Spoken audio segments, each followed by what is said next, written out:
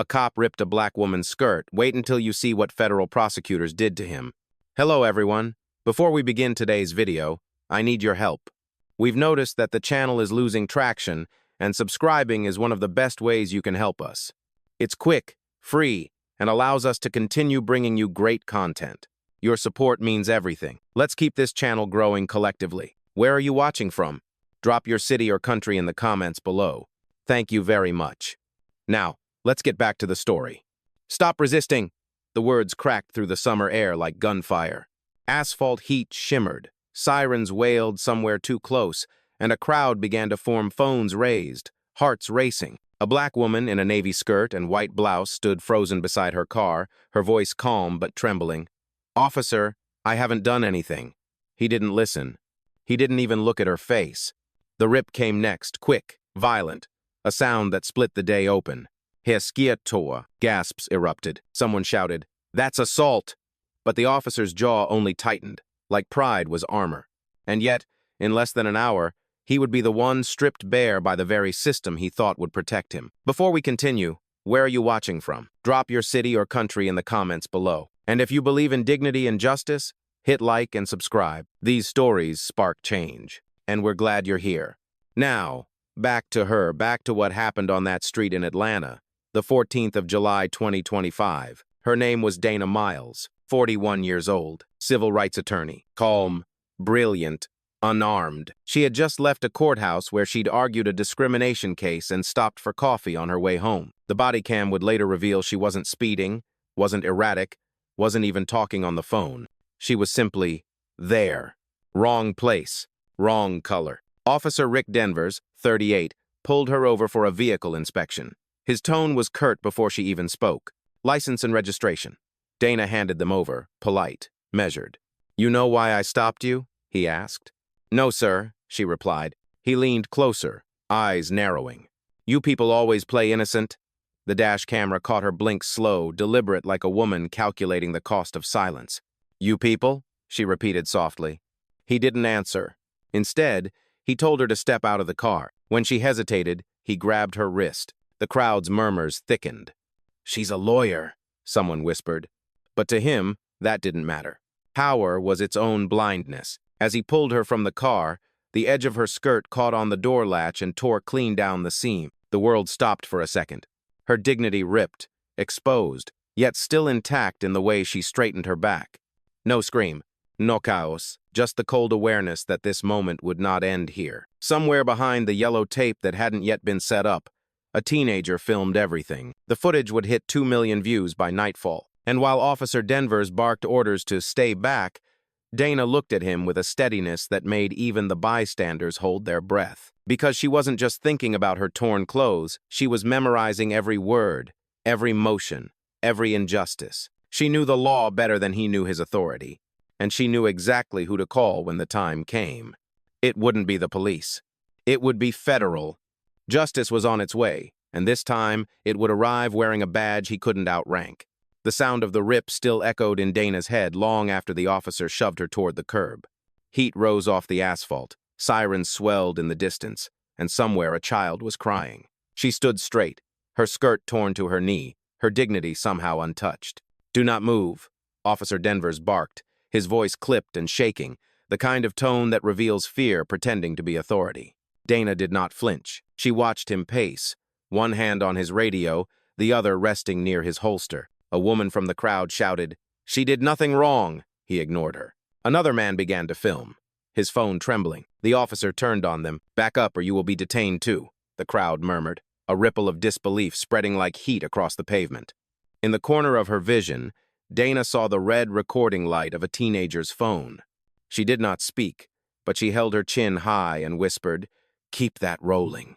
Her voice was calm, deliberate, the same tone she used in court when truth was the only weapon left. The officer demanded, "What did you say?" Dana met his stare. "I said I hope you are proud of yourself." He scoffed and turned away, muttering something about resisting arrest. Her hands trembled, not from fear but from the weight of memory. Years earlier, at 23, she had watched her brother get handcuffed outside their own home for fitting a description. Sametone, same arrogance. That day had shaped her path into law.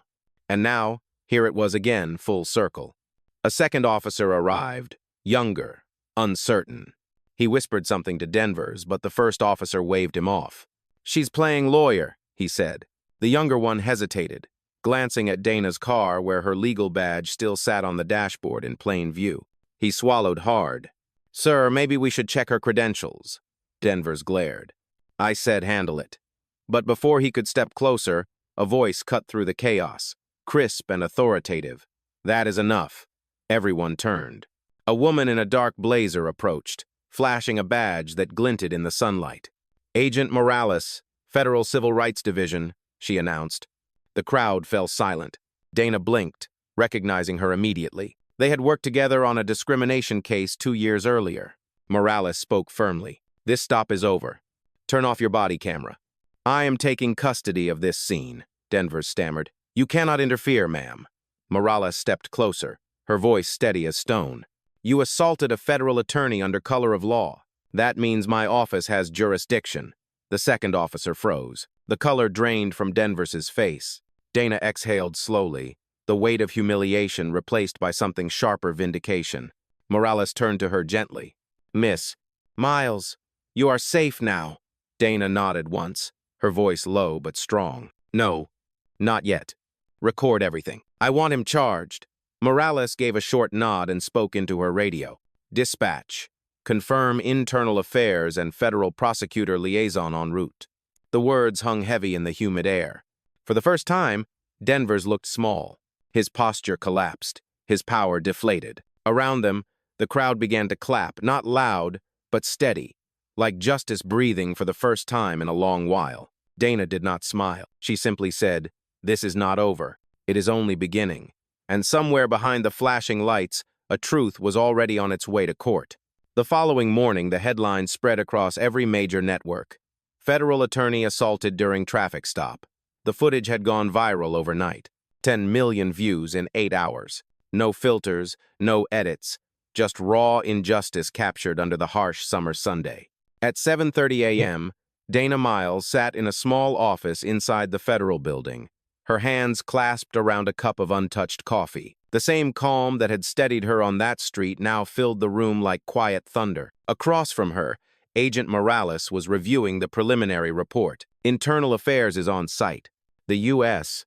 Attorney wants a formal statement by noon, she said. Dana nodded slowly. "He will not be fired," she said flatly. Morales looked up. "What do you mean?" Dana's voice was low but cutting. "They never are. Suspension with pay, retraining, maybe relocation, but not accountability." Morales hesitated, then placed a file on the table. This time might be different. She opened it, revealing still images from the body camera, frame by frame, proof of every word, every gesture. The sound of the tear, the crowd's outrage, his refusal to stop. Morales added, "The Department of Justice already flagged this under Section 242, civil rights violation under color of law." Dana's jaw tightened. "That is federal prison time. If convicted," Morales clarified. "But that depends on your testimony." Dana leaned back, exhaling through her nose. "I will testify," she said. Outside the window, the city hummed with its usual rhythm traffic, sirens, life pretending not to notice change. But inside, the air felt different, charged with something heavier than anger, responsibility. Hours later, she walked into the press conference room. Cameras lined the walls, reporters whispering into their mics. She stood behind the podium, the tear in her skirt now replaced by a navy suit, simple, unadorned, resolute. "Yesterday I was not speaking as an attorney," she began. "I was standing as a woman, as a citizen, as someone tired of explaining humanity to those who wear badges." Flashes erupted. Reporters leaned forward. "This is not about one man's mistake. It is about a system that confuses control with safety and prejudice with policy." Morales watched from the side, her arms folded, pride barely hidden. Dana continued, "The law does not ask who you are before it protects you. And yet, every day, people who look like me are forced to prove we belong on our own streets. That ends now." The room went silent. Her voice, though soft, carried the weight of a verdict. Afterward, as cameras trailed her into the hallway, her phone buzzed. A message from the U.S. Attorney's Office, proceeding with federal charges. Officer in custody.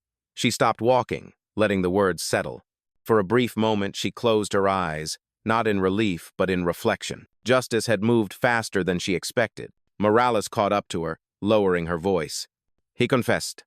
He said he did not think anyone would care. Dana turned to her, her expression unreadable. That is the problem. They never think anyone will.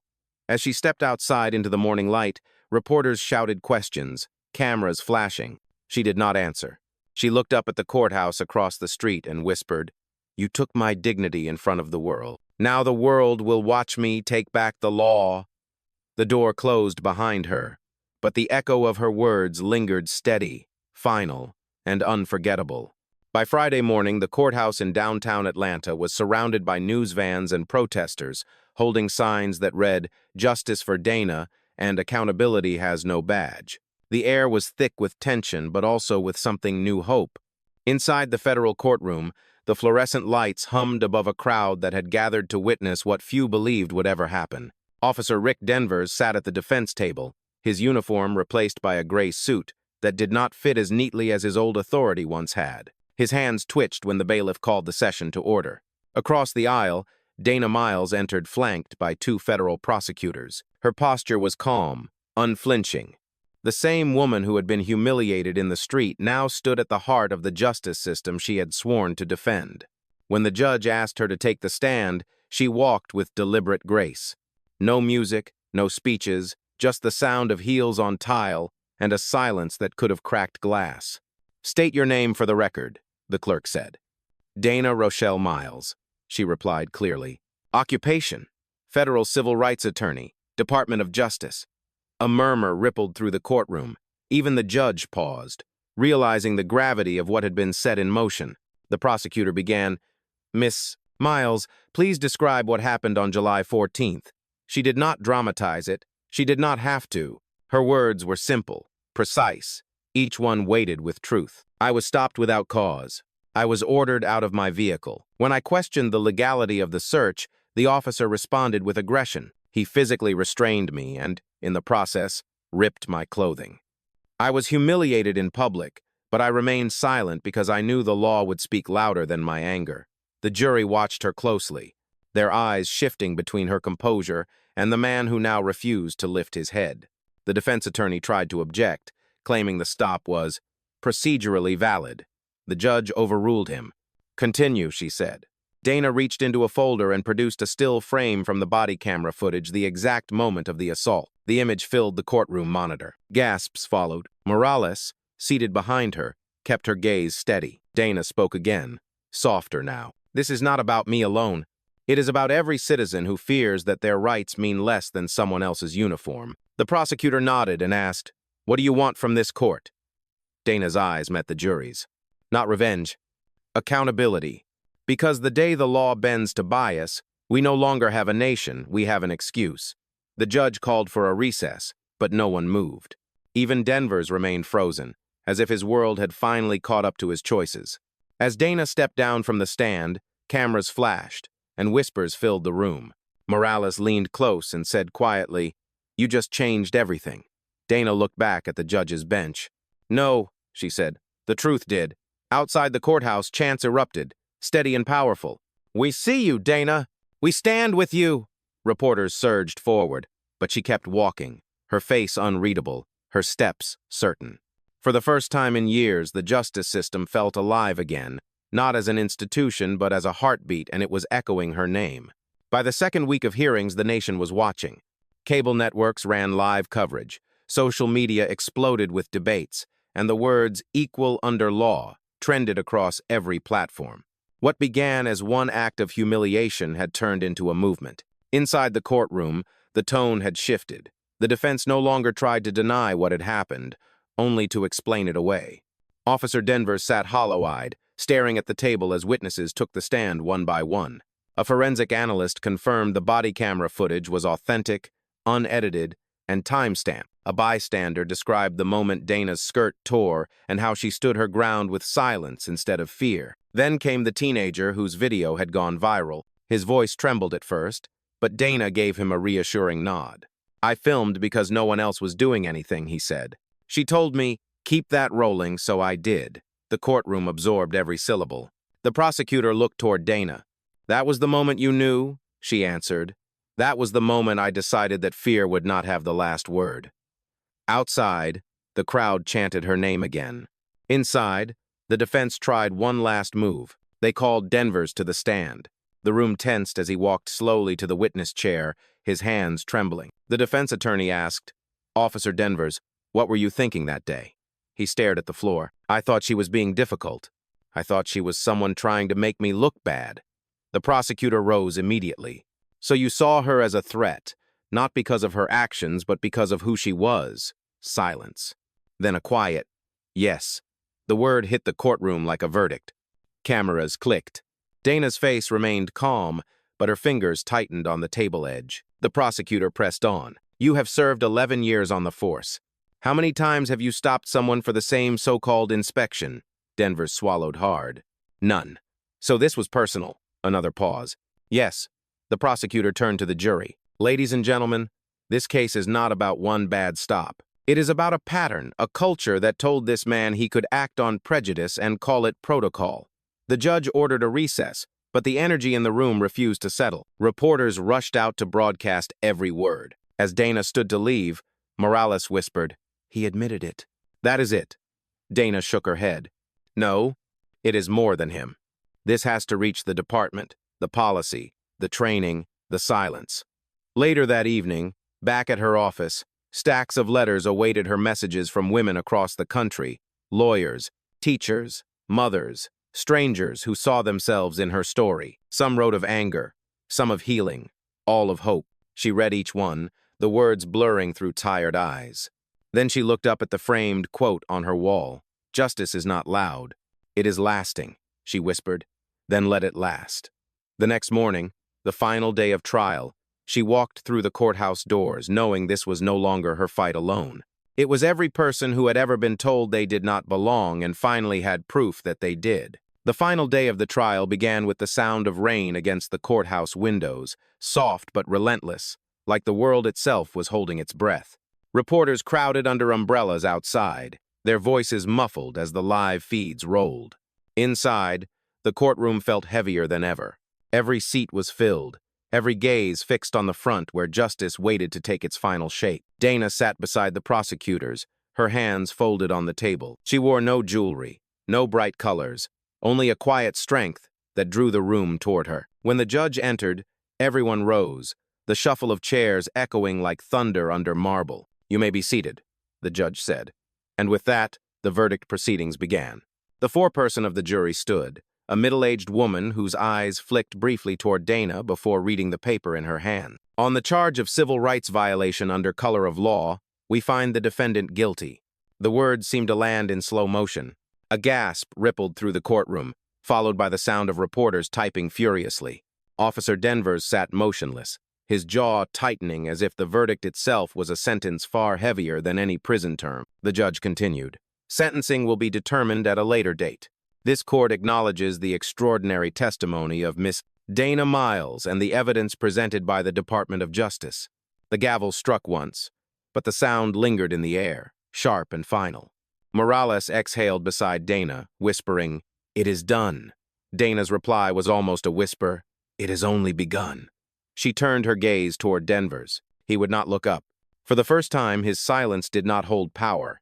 It held consequence. The crowd outside roared as news broke. "Guilty!" the headlines screamed. Strangers hooted, cameras flashed, signs lifted higher. But inside the courthouse, Dana stood still, absorbing what the verdict meant. It was not victory, it was validation. As she walked through the hallway, the same teenager who had filmed the assault waited near the exit. He stepped forward shyly. "Miss Miles, I just wanted to say thank you." She smiled gently. "Do not thank me. You saw what was wrong and you acted. That is courage." The boy nodded, his eyes shining. Morales joined them, her phone buzzing non-stop. "You are trending again," she said. Dana chuckled softly. For once, that might be a good thing. They stepped outside into the rain.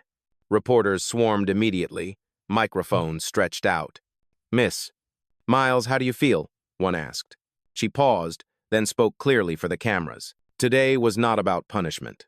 It was about proof that dignity does not belong to a title, a uniform, or a badge. It belongs to every human being. And when the system forgets that, the people will remind it. Applause erupted. The rain fell harder, masking her tears if there were any. Morales placed a hand on her shoulder. What now? Dana looked toward the courthouse steps where dozens of people of all colors stood together under the same gray sky. Now, she said, we rebuild what was broken. The camera lights flickered across her face, and for a brief moment, the world stopped arguing and simply listened. The sound of rain carried her words beyond the courthouse, down the streets, into homes, into hearts.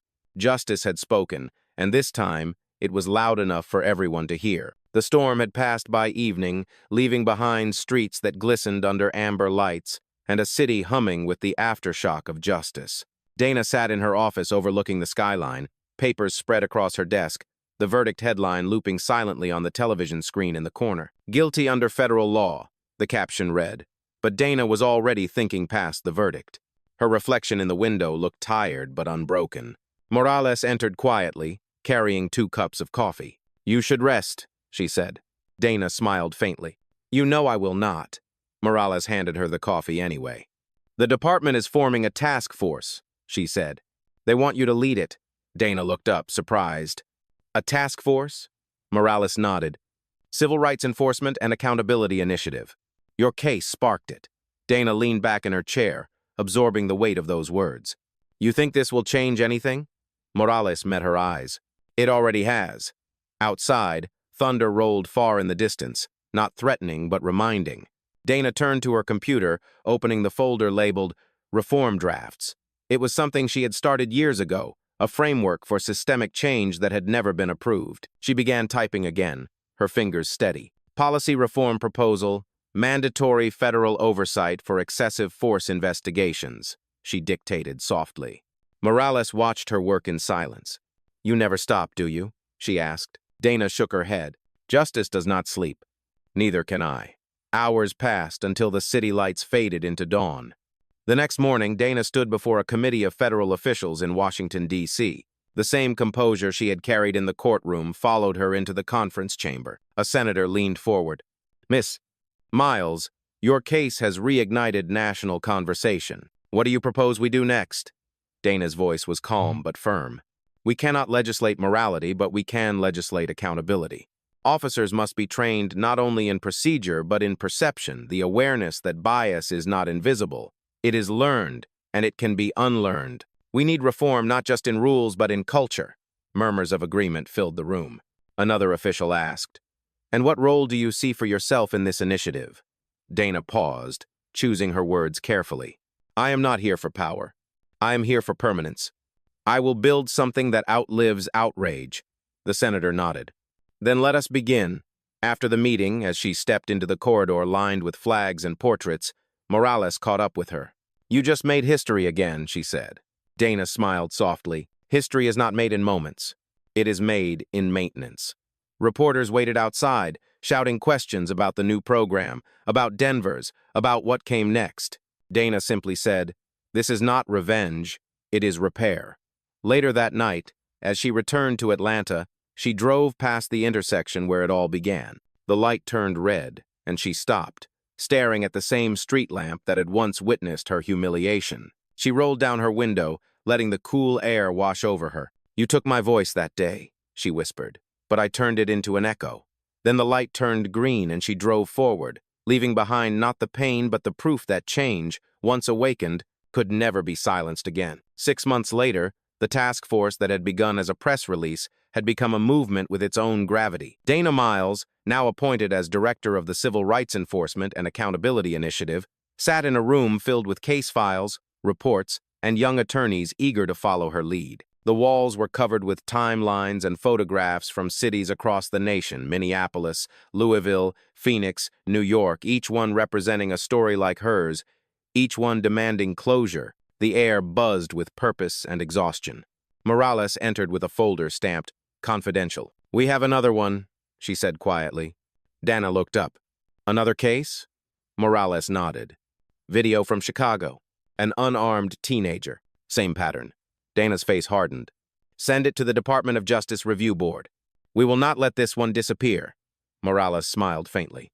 You have become the system you used to fight, Dana replied. No, I have become the voice that refuses to be ignored. She stood, straightened her blazer, and walked into the conference room where the task force was waiting. All right, she said, her tone steady. Let us talk about change, not sympathy. She clicked the projector, and the image of the Chicago footage filled the wall.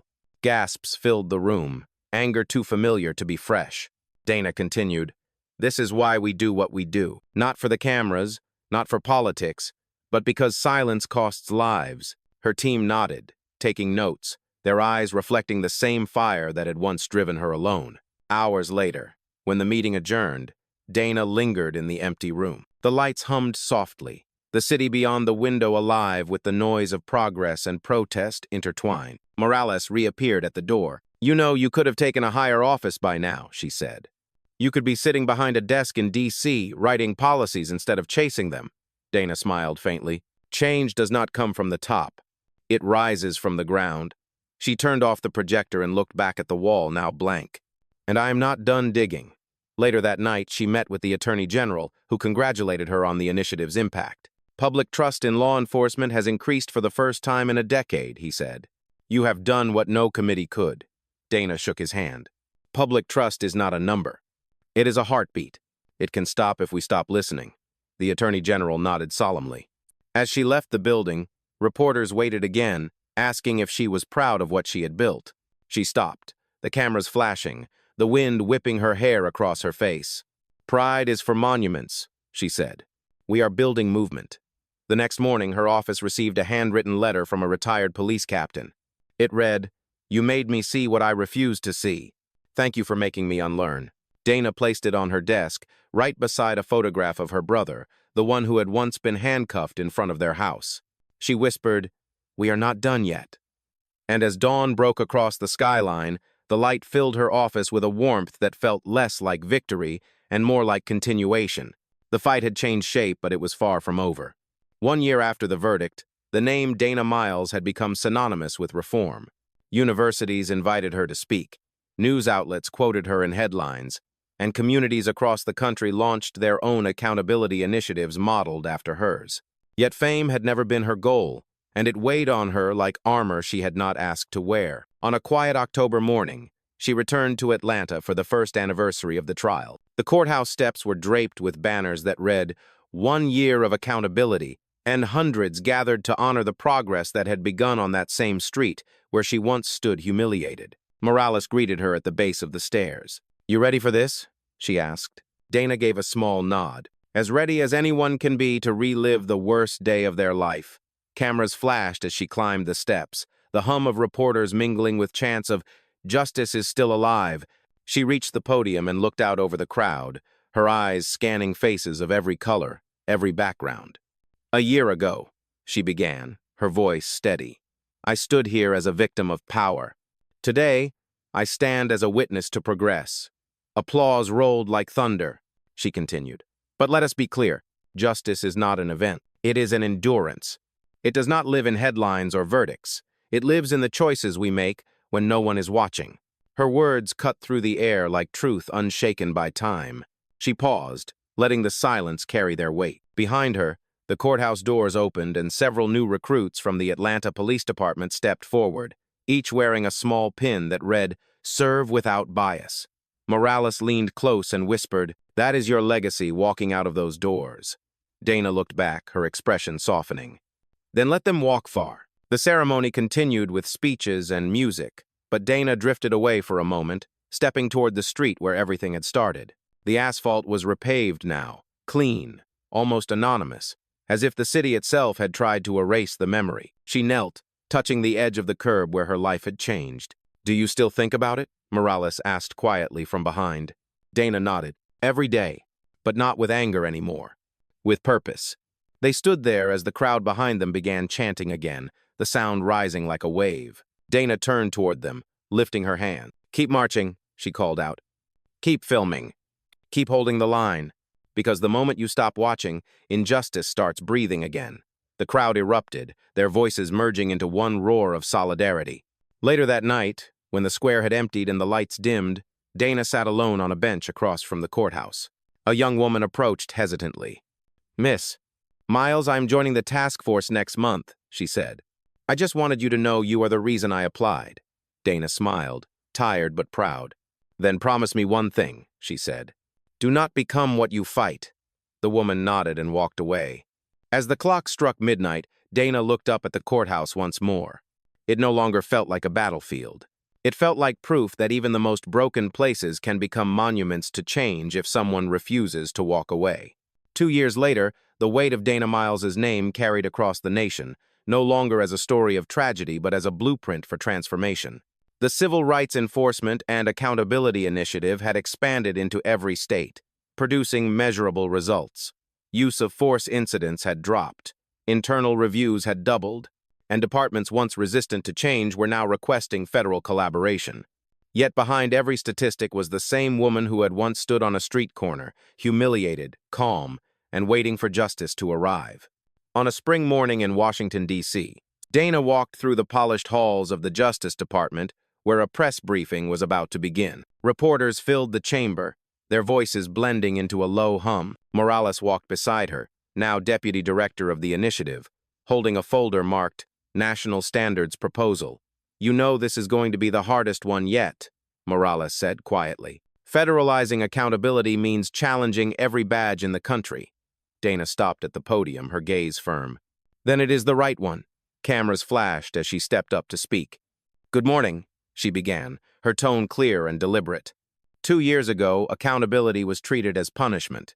Today, we redefine it as protection for citizens, for officers, for truth itself. She laid out the proposal: mandatory independent review boards, nationwide data transparency, and psychological screening for officers involved in repeated misconduct. "This is not anti-police," she said. "This is pro-justice." The room erupted with questions, but Dana remained poised. One reporter asked, "Miss Miles, critics say your reforms create fear among law enforcement. How do you respond?" Dana leaned slightly toward the microphone. "If fairness creates fear, then the problem was never fairness. It was the absence of it." Her words rippled across the room, cutting through political noise with surgical precision. After the briefing, she returned to her office, where stacks of letters continued to arrive, some filled with gratitude, others with anger. She read them all. Among them was one envelope without a return address. Inside was a short note written in uneven handwriting. "I was one of the officers who looked away that day. I am not proud, but I am learning. Thank you for making us look in the mirror." Dana folded the letter carefully and placed it beside the photograph of her task force. "This," she murmured, "is why we do it." That evening, she attended a community event in Atlanta where local police and residents gathered under string lights and music instead of protest signs. Children ran between tables, laughter replacing sirens. A local officer approached her, nervous but sincere.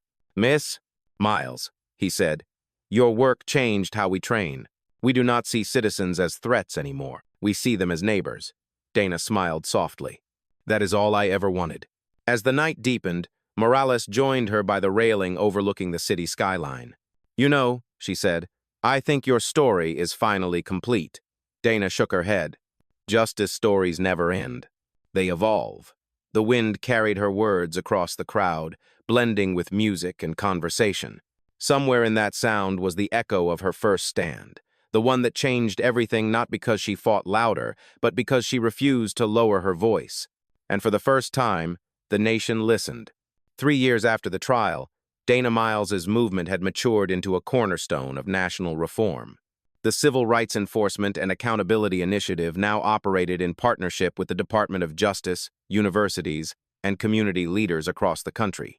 Her calendar was filled with hearings, lectures, and consultations with departments still struggling to adapt. Yet, beneath the accolades and awards, she carried the same sense of purpose that had driven her from the start. One April afternoon, she sat in her Washington office reviewing case updates when Morales entered holding a report. "You should see this," she said. "An independent audit shows a 30% drop in civil rights complaints nationwide." Dana looked up, her expression unreadable. "That is progress," she said softly, "but not peace." Morales nodded. "There is something else. The president wants to meet you. He is announcing a new national recognition for service in justice reform, and you are the first recipient. Dana leaned back in her chair, processing the weight of the moment. I never did this for medals, she said. Morales smiled. I know, but sometimes symbols matter. The next morning, the East Room of the White House was filled with officials, activists, and reporters. As Dana stepped up to receive the award, applause filled the hall. The president shook her hand and said, "You reminded this country that accountability is not a punishment. It is a promise." Cameras flashed. And for a moment, the woman who once stood silent in the rain now stood beneath crystal chandeliers, her story engraved into the nation's conscience. When she returned to her seat, Morales whispered, "This is history." Dana replied, "History is only meaningful if it changes tomorrow." Later that evening, Dana walked alone through the National Mall. The monuments gleamed under the moonlight, Lincoln, King, the reflecting pool stretching endlessly ahead. She stopped in the middle of the walkway, her reflection merging with theirs in the water. "You built the path," she whispered. "I just followed the footprints." Her phone buzzed a message from the task force. New case in Memphis. Officer involved, family requesting federal oversight. Dana smiled faintly. And so it continues. She called Morales immediately. "We are flying to Memphis in the morning." Morales sighed but agreed. "You never rest, do you?" Dana's answer was steady. "Justice cannot sleep." The next day, as their plane descended into Memphis, Dana looked out the window at the city below, the sunlight glinting off rooftops and rivers. Every case, every city, every protest, every courtroom, they all connected, like threads weaving a single truth. Change was not a destination, it was a discipline. When they landed, the local press was already waiting, cameras rolling. A reporter asked, "Miss Miles, after everything you have accomplished, why do you still go to every case yourself?" Dana stopped, met his gaze, and said, "Because justice without presence is just paperwork." The answer spread across headlines that night. Dana Miles returns to the front line. As she entered the Memphis courthouse, a security guard nodded respectfully. "Welcome back, ma'am," he said. She smiled, adjusted her briefcase, and whispered to herself, "Back where it always begins." Justice did not rest, and neither did she. The Memphis case ended late that summer, another hard-won victory that reminded the country justice was not automatic. It was earned daily. Dana Miles stood outside the courthouse as cameras flashed, and reporters shouted her name, but her thoughts were already elsewhere. The sky above the Mississippi River burned gold, and the noise of the city faded beneath the steady rhythm of her heartbeat. She had once been a victim standing in silence. Now she was a leader moving a nation forward, one courtroom at a time. Morales joined her on the steps, holding a folder marked, "Final Report." "It is official," she said. "The department has adopted your federal standards nationwide. Every precinct, every state." Dana smiled faintly. "Then the real work begins."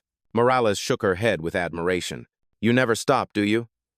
"Justice cannot rest," Dana answered quietly. That night, she returned to her hotel room overlooking the river. The lights from the bridges shimmered like memory on the water. She placed her old trial badge on the table beside her new one, the past and present meeting in a single reflection. Her phone buzzed a message from the teenager who had filmed her that day years ago. "I got into law school," it read. "Because of you." Dana sat down slowly, tears softening her composure. She typed back, "Then keep the camera rolling, but this time pointed at the truth." The following week, she gave a lecture at a university in Washington. Students filled the auditorium, some in uniform, others in hoodies, all waiting for the woman who had changed policy with principle. She walked to the podium, paused, and scanned the crowd. "When I was pulled over," she began, "I thought I was being silenced. But silence, when owned, can become strategy. Dignity is not noise, it is presence. You do not have to shout to be heard. You just have to stand long enough that truth finds you." The room erupted in applause, but Dana raised her hand gently, calming the crowd. "Justice is not a moment," she said. "It is a movement made of choices made by people who decide to see, to act, to stay." Afterward, as students surrounded her, one young woman asked, "Miss Miles, do you ever regret that day?" Dana smiled, her voice firm. "Regret means I would undo it. But that day built everything that followed. I would not erase my beginning for the sake of comfort. I would relive it for the sake of change." When she left the hall, the sun was setting again, casting a soft gold glow on the Capitol dome in the distance. Morales waited by the car. "You are heading back to Atlanta tomorrow?" she asked. Dana nodded. "Yes. There is always another case, another classroom, another reason." She looked up at the horizon, the light catching her face. "They tried to break my voice," she said, "but all they did was make it carry." The camera of the moment, real or imagined, would have caught her standing there, unflinching, dignified, and eternal, as the sound of applause from a nation still learning how to listen echoed behind her. In a world still wrestling with justice and equality, this cinematic retelling follows Dana Miles, a civil rights attorney who transforms public humiliation into national reform. Her story is one of resilience, power, and truth, capturing the essence of modern Black stories told through strength and silence rather than outrage. From a single act of injustice on a quiet street to the halls of Congress, her journey redefines accountability, proving that dignity can rewrite the law. This narrative stands among the most compelling Black stories of our time, highlighting courage that reshapes systems and hearts alike. As Dana builds the Civil Rights Enforcement Initiative and inspires millions to act, her legacy reminds us that Black stories are not only about pain, but progress. With every word, verdict, and victory, this piece honors Black stories that rise above prejudice to deliver real change, showing that true justice begins the moment someone refuses to stay silent.